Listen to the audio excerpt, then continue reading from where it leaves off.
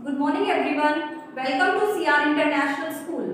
Today we are going to start our new chapter, that is chapter number 5, Periodic Classification of Elements. देखिए ये chapter जो है हमने एक सेक्शन में क्या कर लिया था, स्टडी किया था, बट एक सेक्शन में अभी हमने स्टार्ट ही किया है, तो फिर से इस चैप्टर को क्या करेंगे, रिवाइज करेंगे। तो पीरियोडिक क्लासिफिकेशन ऑफ एलिमेंट्स का मतलब क्या है? सबसे पहले हमें पता होना चाहिए व्हाट इज क्लासिफिकेशन। क्लासिफिकेशन का मतलब है कि अगर हम किसी भी पार्ट्स को या किसी भी सब्सटेंस को अलग अलग पार्ट्स में डिवाइड करते हैं, अलग अलग ग्रुप्स में डिवाइड करते हैं, ताकि हम क्या कर सके, उनको एक सिस्टमैटिक वे में अरेंज कर सके, तो इसी को हम क्या बोलते हैं, क्लासिफिकेशन।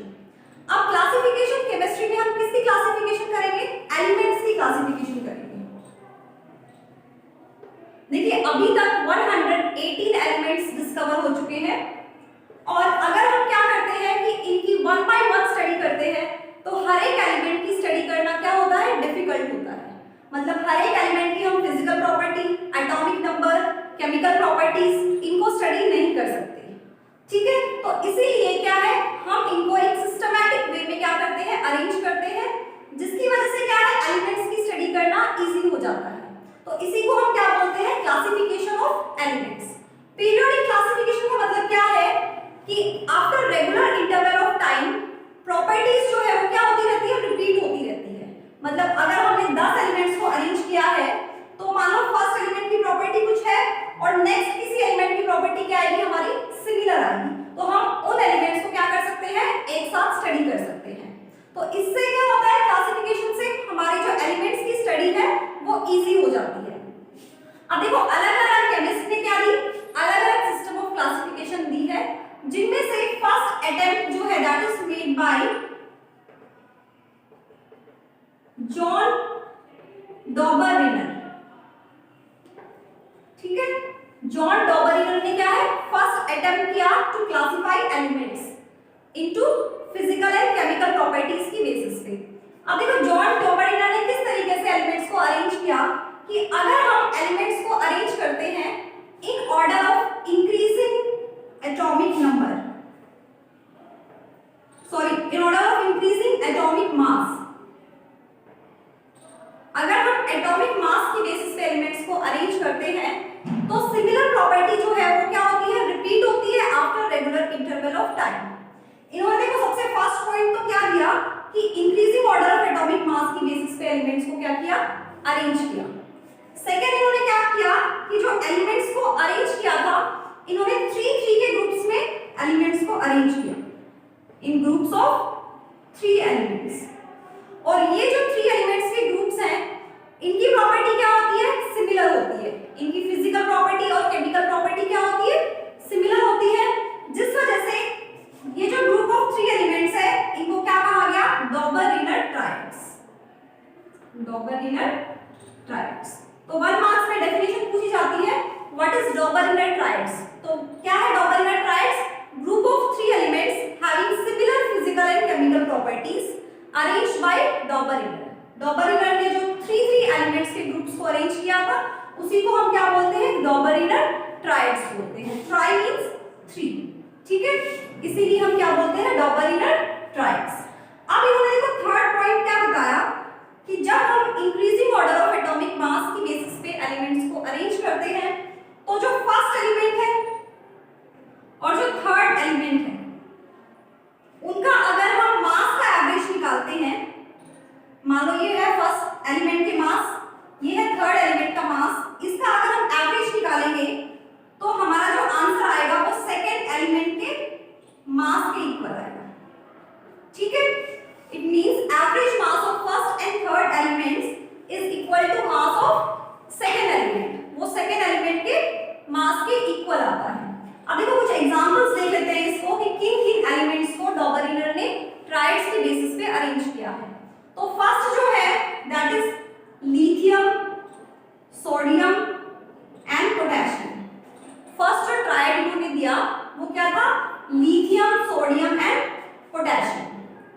अब देखिए लिथियम जो है और पोटेशियम है, इनका अगर हम एवरेज मास निकालते हैं, तो वो किसके इक्वल आता है, सोडियम के मास के इक्वल आता है, ठीक है।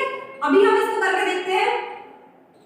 लिथियम का एटॉमिक मास कितना होता है 7, सोडियम 23 एंड पोटेशियम 39। ये क्या है मास है इन तीनों एलिमेंट्स का एटॉमिक मास। अब हम क्या करेंगे फर्स्ट और थर्ड एलिमेंट का एवरेज निकालेंगे। 7 + 39 डिवाइड बाय 2 तो किसके इक्वल आएगा 46/2 दैट इज इक्वल टू 23। अब देखिए 23 जो है that is the mass of centre element या मिडिल एलिमेंट, यानी कि सोडियम का जो मास है वो कितना आ रहा है 23 आ रहा है। और अगर हमने एवरेज मास निकाला है तो भी हमारा आंसर क्या आया है 23 आया है। तो एवरेज मास जो है फर्स्ट और लास्ट एलिमेंट का हमेशा किसके इक्वल आता है मिडिल एलिमेंट के मास के इक्वल आता है। तो ये 3 पॉइंट्स दिए हैं डॉबरिनर ने। इन्होंने फर्स्ट अटेम्प्ट किया था एलिमेंट्स को अरेंज करने के लिए। फर्स्ट प्रॉपर्टी इन्होंने क्या बताई कि इन्होंने एलिमेंट्स को increasing order of atomic mass की बेसिस पे क्या किया अरेंज किया। और जब ये increasing order of atomic mass की बेसिस पे एलिमेंट्स को अरेंज कर रहे थे उस टाइम क्या हुआ इन्होंने 3 के ग्रुप्स में एलिमेंट्स को अरेंज किया। अब जो 3 का ग्रुप्स है जिनकी प्रॉपर्टी क्या है सिमिलर है उनको इन्होंने क्या बोल दिया डॉबरिनर ट्रायड्स बोल दिया है। ठीक है। थर्ड पॉइंट इन्होंने क्या बताया कि जब हम एवरेज मास निकालते हैं फर्स्ट और थर्ड एलिमेंट का तो जो हमारा आंसर आता है वो किसके इक्वल आता है सेकेंड एलिमेंट के मास के इक्वल आता है। ठीक है, ऐसा हमने प्रूफ भी किया है। यहाँ पे लिथियम और पोटेशियम का जब हम एवरेज मास निकालते हैं तो वो किसके मास के इक्वल आता है सोडियम के मास के इक्वल आता है दैट इज 23। ठीक है। अब देखो जब डॉबरिनर ने ये सिस्टम ऑफ क्लासिफिकेशन दिया उस टाइम ओनली 30 एलिमेंट्स क्या हो गए थे डिस्कवर हुए थे। ठीक है। अभी कितने एलिमेंट्स हैं 118 एलिमेंट्स, लेकिन उस टाइम सिर्फ 30 एलिमेंट्स डिस्कवर हुए थे। लेकिन इन 30 एलिमेंट्स को भी डॉबरिनर अरेंज नहीं कर पाए थे अपनी क्लासिफिकेशन के अंदर, मतलब इन 30 एलिमेंट्स का ये ग्रुप्स नहीं बना पाए थे। तो ये इनकी क्या थी एक लिमिटेशन थी। तो देखो इन्होंने कितने ग्रुप्स बनाए इन्होंने बनाए 3 ग्रुप्स, यानी कि हम कह सकते हैं 3 ट्रायड्स। अब वो जो 3 ट्रायड्स बनाए वो कौन कौन से एलिमेंट्स के लिए थे। फर्स्ट जो ग्रुप है that is lithium sodium potassium. Second जो ग्रुप है उसमें इन्होंने क्या बताया कैल्शियम स्ट्रोंशियम और बैरियम। और थर्ड जो ग्रुप है उसके अंदर क्लोरीन ब्रोमीन और आयोडीन। ठीक है। सिर्फ इन 9 एलिमेंट्स को ही क्या कर पाए थे अरेंज कर पाए थे। बाकी जो 21 एलिमेंट्स बच गए उनको ये अरेंज नहीं कर पाए थे अपनी पीरियोडिक टेबल के अंदर। तो ये इनकी बहुत बड़ी लिमिटेशंस थी। पूछा जाता है कि what are the limitations of Dobereiner's law of triads.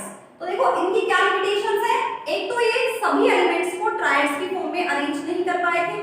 दूसरा उस टाइम 30 एलिमेंट्स डिस्कवर हुए थे बट उनमें से सिर्फ 9 एलिमेंट्स को ही ये अरेंज कर पाए।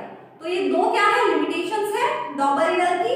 लिमिटेशंस को हम डीमेरिट्स भी बोल सकते हैं ड्रॉबैक्स भी बोलते हैं। तो यहाँ पे चाहे आपको डीमेरिट्स दिया हुआ हो या फिर लिमिटेशन या फिर डीमेरिट्स आपको सेम आंसर लिखना है। क्या क्या लिमिटेशंस है कि सभी एलिमेंट्स को ये ट्रायड्स में अरेंज नहीं कर पाए। और क्या है सभी के जो डॉबरिनर ट्रायड्स जब इन्होंने बनाए तो 30 के 30 एलिमेंट्स उसमें अरेंज नहीं हो पाए थे, मतलब जो एवरेज मास है वो मिडिल एलिमेंट के इक्वल नहीं आ पा रहा था। नेक्स्ट जो सिस्टम ऑफ क्लासिफिकेशन है that is Newlands law of octaves which we will study in the next class.